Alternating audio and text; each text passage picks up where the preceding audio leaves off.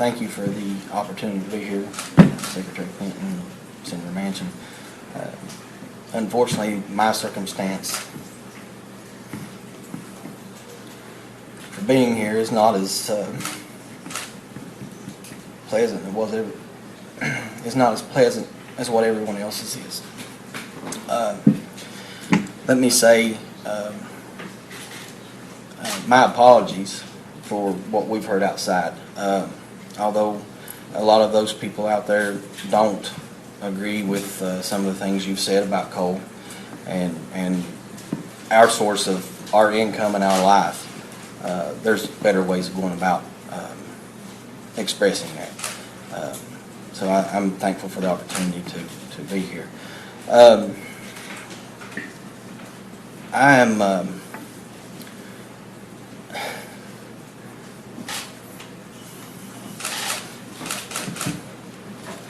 I'm a devout Christian above all things, and then I'm a husband to this beautiful woman, and I'm a father to 3 babies at home.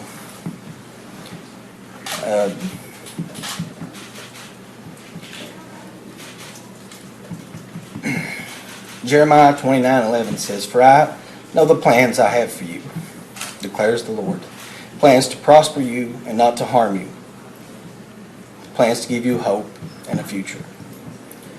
And well, my hope rests in God because God is my provider. He used to use coal for that, and he doesn't do that right now. He uses her as a small business owner, as a photographer, to do that. The reason you hear those people out there saying some of the things that they say is because when you make comments like, "We're going to put a lot of coal miners out of jobs," these are the kind of people that you're affecting. This is my family. And while my hope is in God, that's my future. I want my family to know that they have a future here in this state, because this is a great state. I've lived my entire life here. West Virginians are proud people. We take pride in our faith in God. We take pride in our family, and we take pride in our jobs. We take pride in the fact that we're hard workers. Honestly, to call me a coal miner, although I'm in that industry, does a discredit to a lot of the men and women in the industry that actually mine it, because I'm a product of the economy being lifted from my job, but I didn't actually work out in the field as much as others. I was a fill-in foreman, so I did go out in the field to do that, but I was a maintenance planner. I planned maintenance on the equipment, our services and things that you have to be able to mine the coal. You have to plan around your certain shifts or your certain times of day that your best producer has to be worked on. So you don't want to do it in the middle of a prime shift. So those were the kind of duties that I had. You had to plan a time when that machine's not running at its normal peak operating time to repair it. I just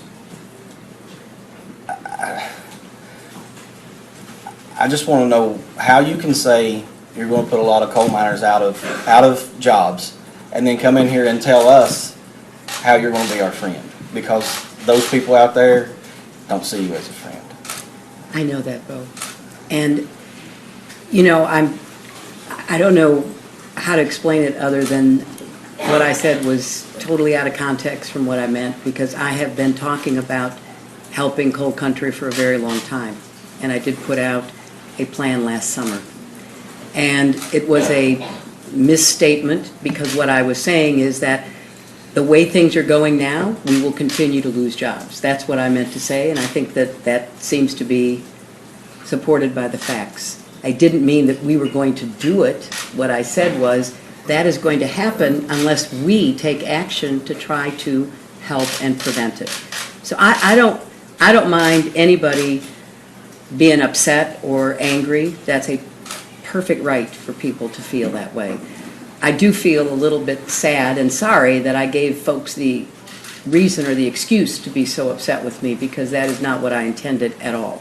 As soon as I saw how people were taking what I had said and, in my opinion, misusing it, I called Joe. I said, you know, Joe, I'm so upset about this.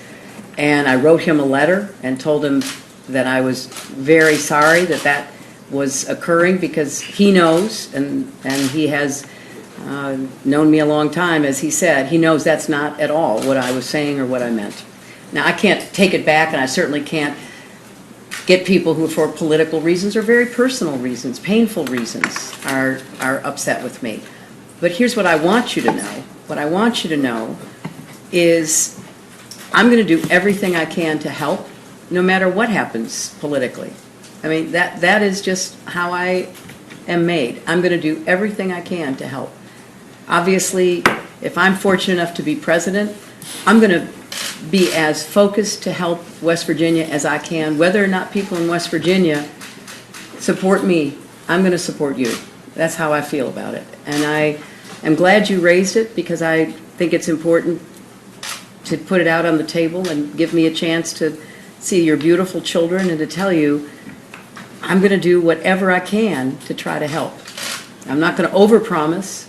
I'm not going to, say, oh, it'll all be perfect, because we got to work hard to get to where we can look honestly at your daughters and your son and say, you know what, there is a future, and here's how we're going to get to it.